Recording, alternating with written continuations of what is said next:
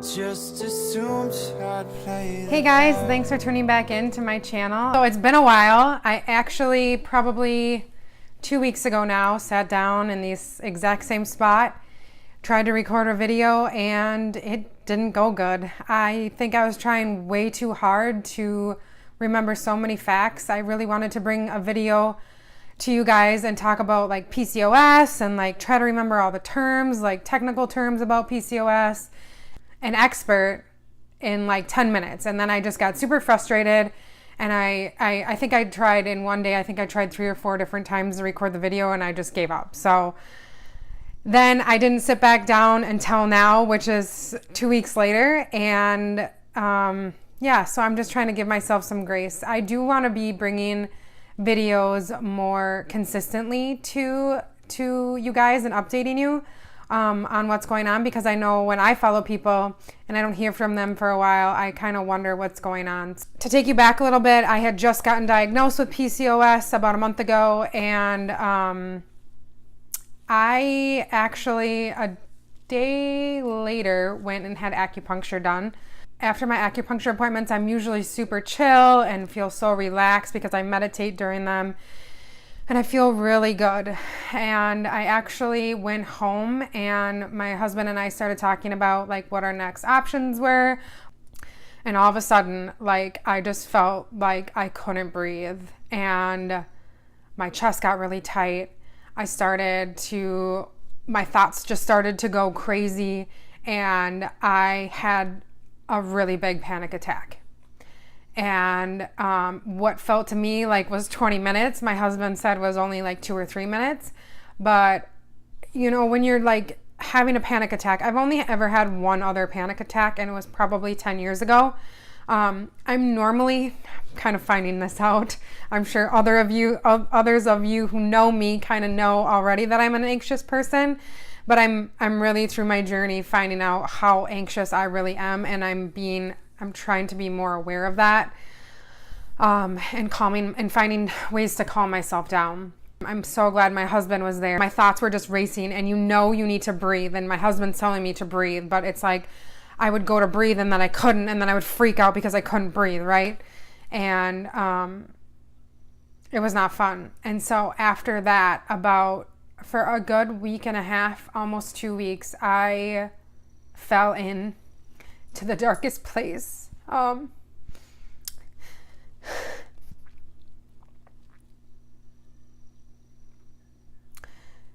probably the darkest place so far of my infertility journey.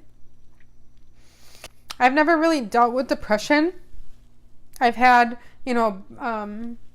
like a day or a couple hours of like feeling down, but I normally can get myself back up. But this time, it was really hard.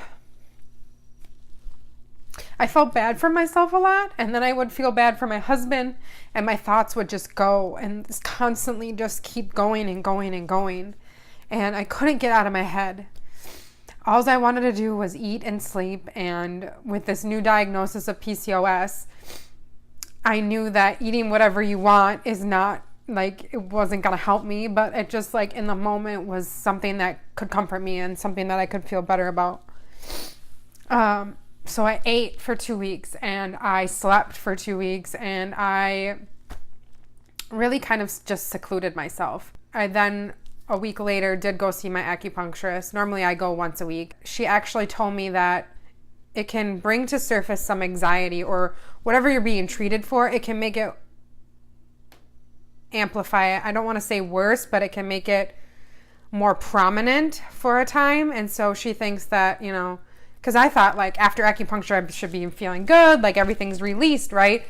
And she said sometimes we do see people, go a little bit backwards because it does bring that stuff to the surface and then eventually release. That made me feel a little bit better to know that like I wasn't doing anything wrong, like it wasn't me, like I didn't, I think with all of that information like being downloaded, like learning about PCOS super fast and learning all the things that I can do, I think I just felt so overwhelmed, and I didn't know where to go from here. To go back a little bit, I don't know if I mentioned in my last video, after I did do a lot of research on PCOS, I ended up calling my doctor's office back and talking to them about, hey, I know you prescribe me these medications, but like I need to have a full picture. And like I wanted to really see, like he was going on the symptoms that I had told him, but I needed like hard evidence. Like what was my blood sugars? What were my blood sugars doing? Like what were my testosterone levels, which are two main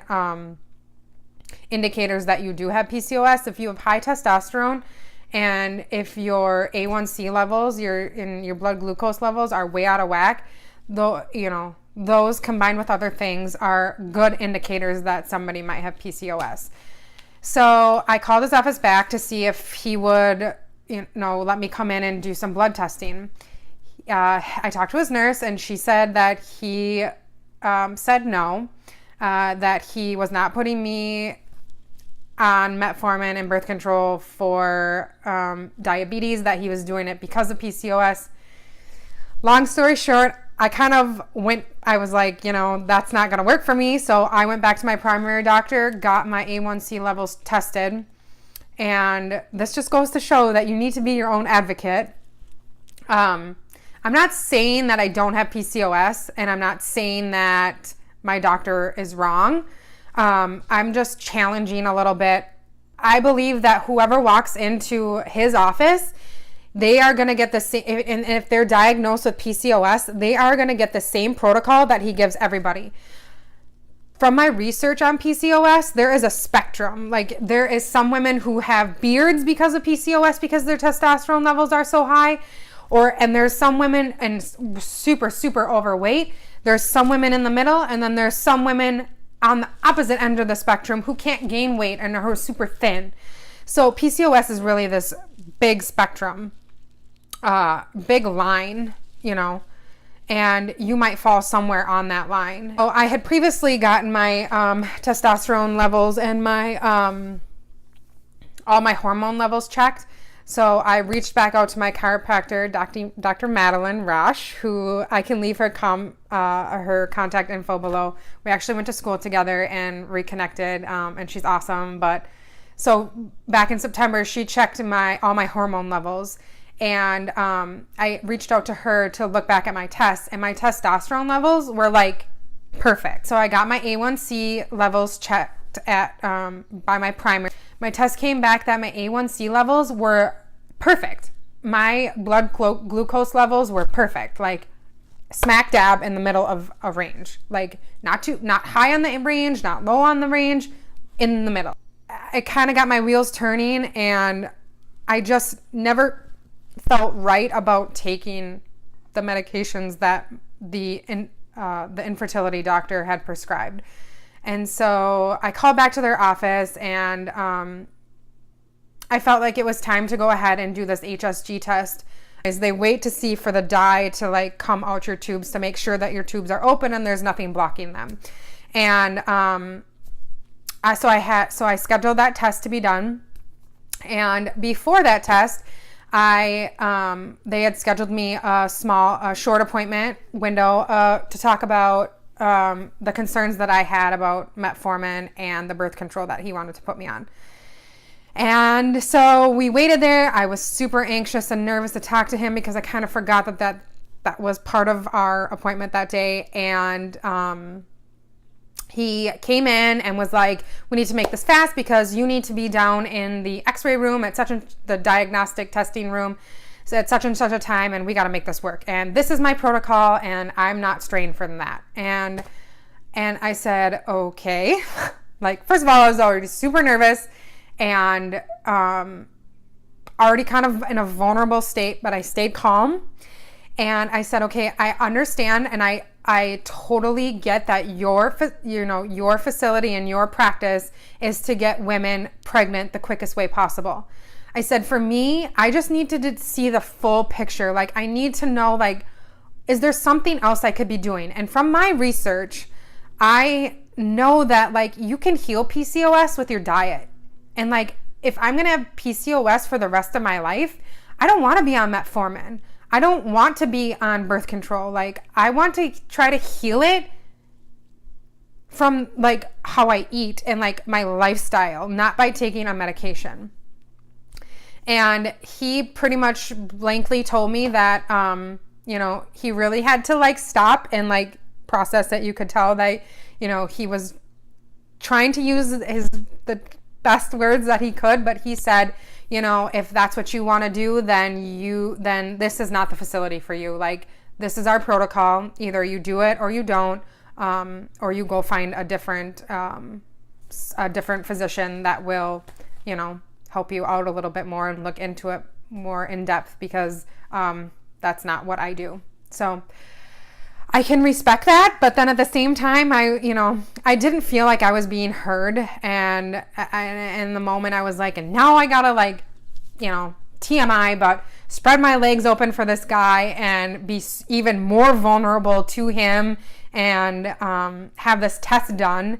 And I got super mad at first, and then he asked me, he goes, so do you want to still go forward with the HSG test? And I said, I do. So I just calmly collected myself.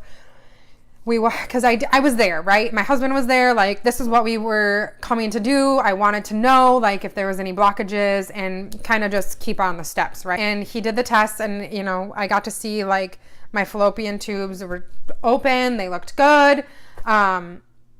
And so everything was good on that end, and we left, and we were just kind of like, okay. We knew that, like, because of this test, women do have, like, increased chances of fertility, because, it just kind of flushes everything out, and some women get pregnant after that. So we've kind of now decided that maybe we're going to, as it stands today, we're going to maybe wait till the end of the year and see what happens, try naturally on our own. Really, really focus on my diet. I actually, kind of nervous about telling you this, but recently have been watching a lot of YouTube videos on PCOS, how to heal it naturally, and recently watched Cowspiracy on Netflix, and last night I just watched At the Fork, which is another documentary. Cowspiracy is about veganism, becoming like not eating meat. And At the Fork really talks about like how our meat gets to our plate. After watching those two documentaries, my eyes have been opened a lot to how much meat as a society we do eat.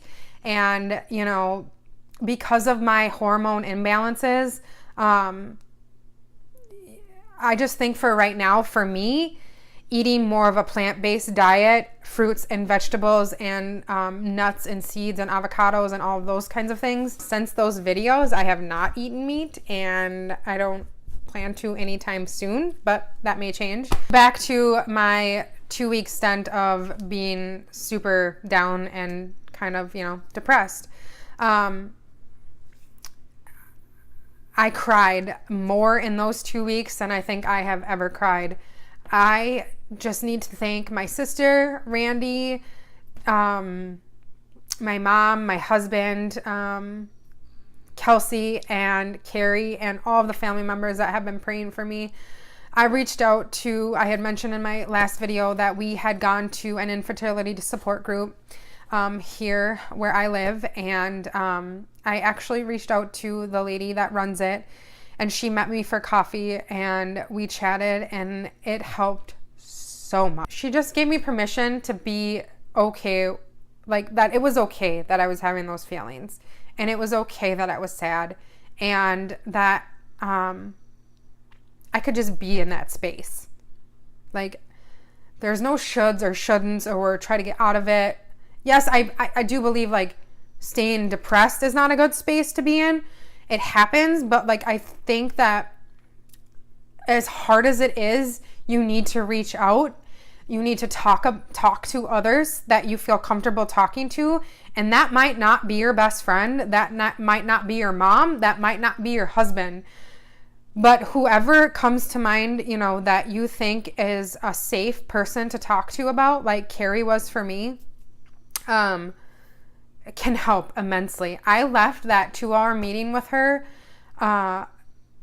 feeling so much better than I had in the last 2 weeks. So I really urge you that if you are feeling alone and you are feeling sad and you are feeling down, just finding somebody in your community that you can, even though all of our journeys are different and so different. Like somebody, like I haven't gone through IVF, but you know, even if you've gone, you know, had a miscarriage or 2 months of infertility or whatever it is, all of our journeys are so different, but it affects us all differently, right? And so we really just, whatever support we need in that moment, don't feel bad about asking for what you need. Like if you need support because you're only, 1 month going through infertility, find that support. I urge you to find support and people who will surround you and uplift you and be by your side through this journey, because it's hard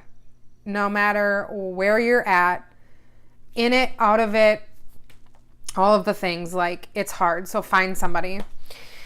Okay, so what else did I want to touch on? After I chatted with, and I still chat with people to help me through my, my daily thoughts that are racing around in my head. I've really turned to yoga lately. That has really helped me on my breathing, and I really love hard working out, like hard, like dripping sweat. I did FXB, I've done CrossFit, I've done HIIT workouts, I've done all those things, and I love that kind of working out. But I think there's also something to be said for stillness, which I don't have a lot of in my life, which is why I think yoga is so great, because of my high anxiety state a lot of the time, or my racing thoughts, especially depending on what time it is in my cycle. Yoga has helped me so much.